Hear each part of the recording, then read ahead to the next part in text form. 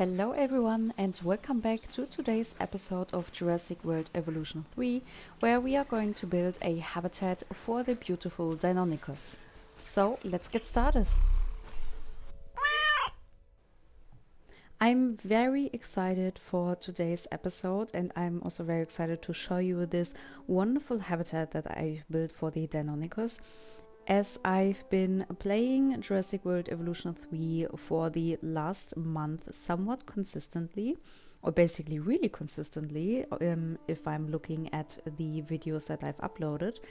And over the course of now 4 videos, so the first one was the Styracosaurus, then the Deinonychus, then the Atomorosaurus with this beautiful lagoon and the glass bridge, that I've built in the last episode, and now the Deinonychus.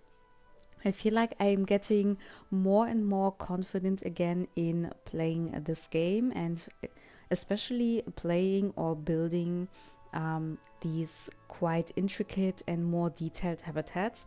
And this feels really nice for me. Not only do I have much more fun now with this game, but I also feel like my videos get just progressively better and better over the last weeks, which is making me extremely happy. And I also feel like that the views are going up again, which is also really exciting. And not only for this park, but also basically progressing with this park a bit faster now, so that I can also start new projects, as I already have a couple of ideas for new zoos, new projects, which will be much better. I'm still sticking to this zoo, as I definitely want to finish this one before I start something else, because I feel like if I'm gonna start something different now, I will completely abandon this zoo and I will not be doing this anymore, as I've been doing this with Planet Zoo too, because I always feel like the next project is just much better, and I will continue with the better project.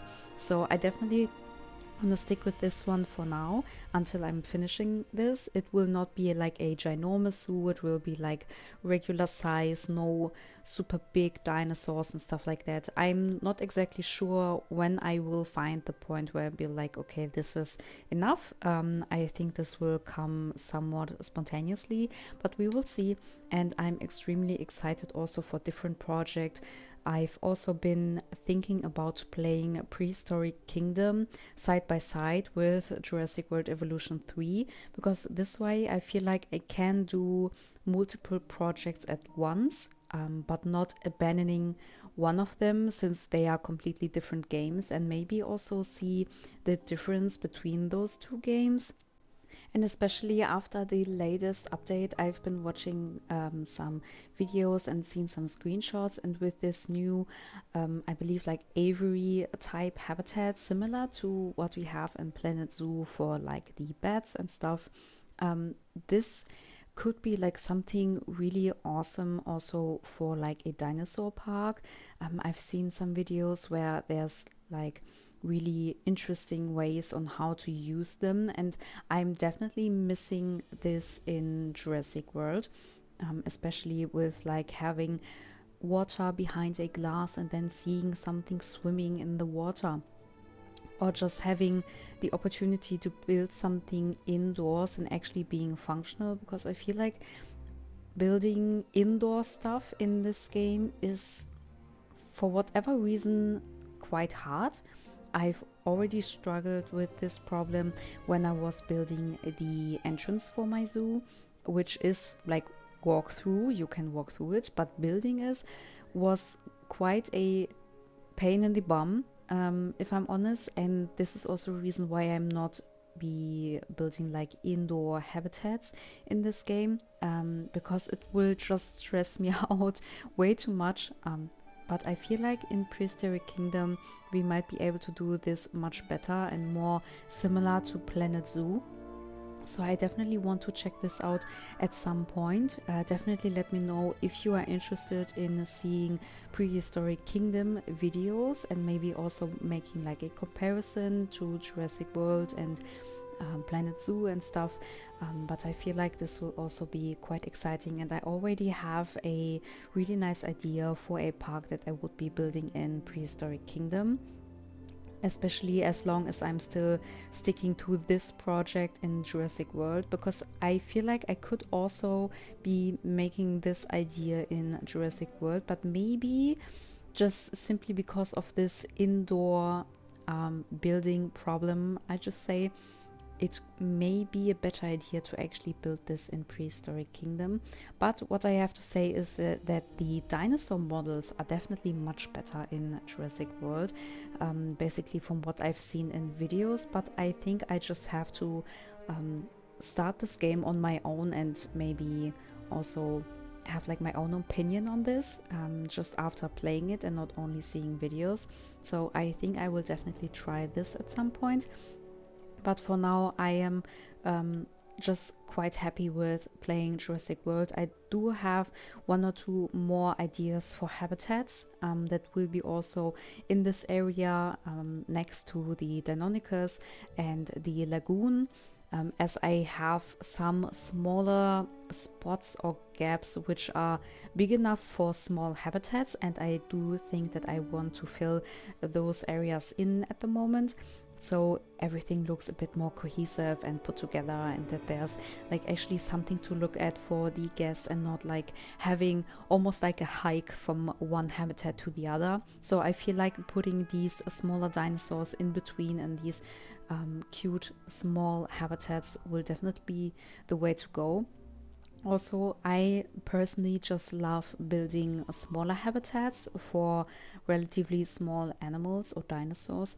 I just feel like I can definitely go all out in these habitats, because I always feel quite overwhelmed with big areas, and having only a small area just gives me the opportunity to really focus on all the tiniest details and stuff like that.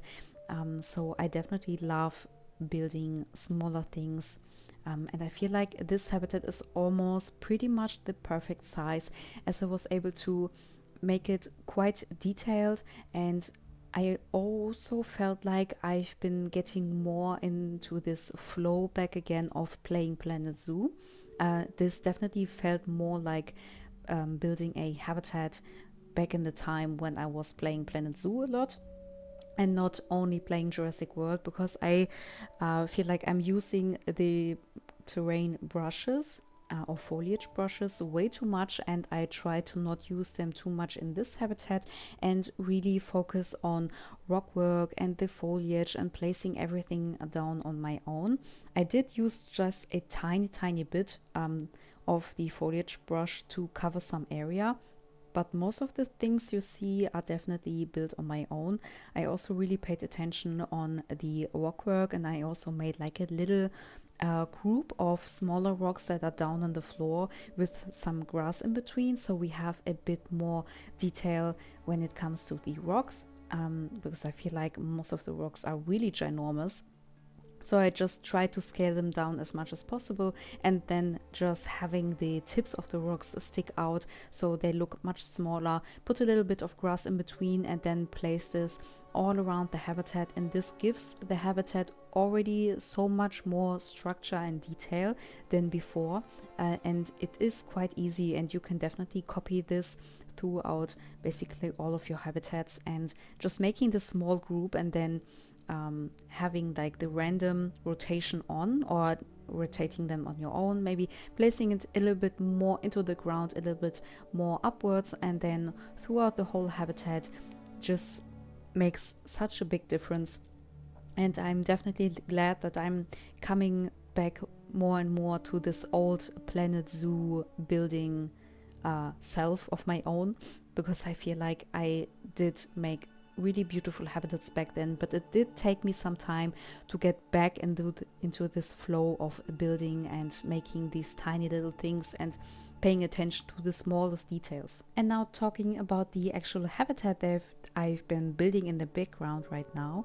As I've said, I'm trying to fill in those gaps in the area where I also placed the lagoon in the last episode. And since the lagoon needed to be placed behind the Dimetrodon habitat, as the water from the lagoon is basically flowing into the waterfall or into the habitat of the Dimetrodon, I had to place it behind that habitat, and therefore the path from there, like on the side from the Styracosaurus and then to the lagoon, is quite long, so therefore we have a couple of gaps in between those areas, between the Styracosaurus, the Dimetrodon and the Attenborosaurus lagoon. So there I placed the habitat for the Deinonychus. And to keep the theming or the foliage the same, this habitat is also like a swampy wetlands style habitat, which I believe also fits to the Deinonychus, at least from the information tab in this game. The Deinonychus also needs like a swampy area. It is not like a complete swamp, but I try to kind of make it look like that because of the muddy water in front. And for this habitat I also took one inspirational picture which I've been using also in the Planet Zoo videos once, I believe. I don't remember which habitat exactly it was, but I do remember that I already took this picture as a reference, and I actually took this back from my file for my Planet Zoo inspiration, because I do have like a bunch of different habitats saved on my Pinterest board. So I saw this picture and I definitely felt like I have to more or less recreate it. It does not look exactly like this picture, but this definitely helped me to find a structure or to find a theming for this habitat and to basically get started and have some sort of vision.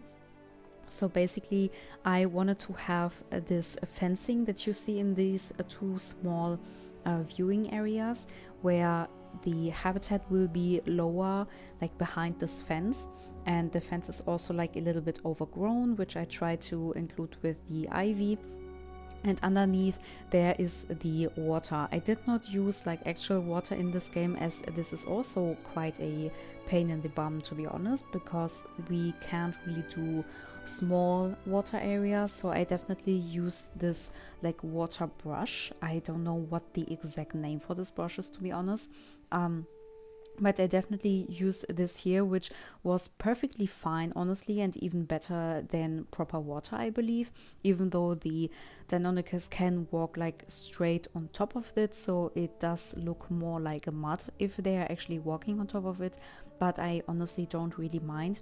And then in the inspirational picture there was this like, I don't really want to say rock wall, because it does not really look like rocks, maybe some sort of mud or like an artificial barrier that's supposed to look like a mixture of mud and rocks, which was basically sort of like a mini barrier for the water area or this muddy water stuff. So I try to implement that, and then of course go heavy on this semi-aquatic plants or this grass, which I really like in this game. And then of course I also used a bunch of like fern and different bushes, a handful of trees, and also some smaller plants that I can't name it right now. And then of course the ivy that has been overgrowing the fence that we have for the guest viewing area, and is also kind of climbing down into the habitat.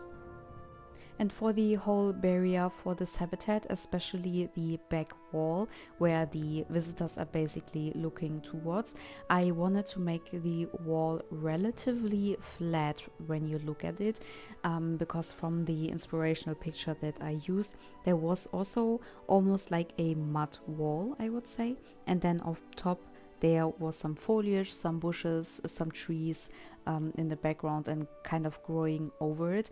So I definitely also wanted to do that, so the wall looks a little bit more like mud and not technically like a proper rock. At least I hope that it looks like that. At least in my opinion it does look like this. And then I placed down some soil pieces.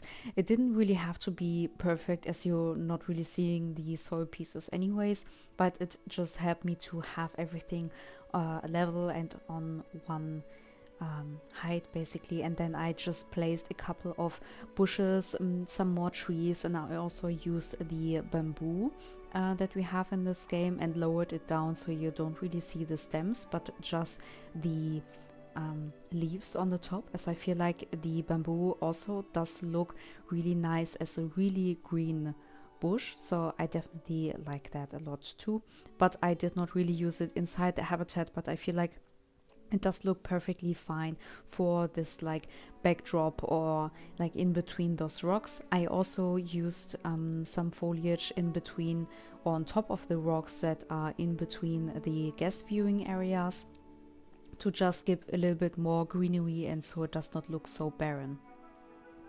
And next to these two small viewing areas with the fence at the front, which gives the viewer more like a view from the top down onto the dinosaurs, or maybe like even a bit more immersive, as I feel like, because there's not like a big barrier in between the animal or the dinosaur and the visitor, and they can definitely see it much better from there. I not only wanted to have this type of viewing area, but I also wanted to have a little glass viewing area where the Deinonychus would be able to come up really close to the glass and therefore to the visitor.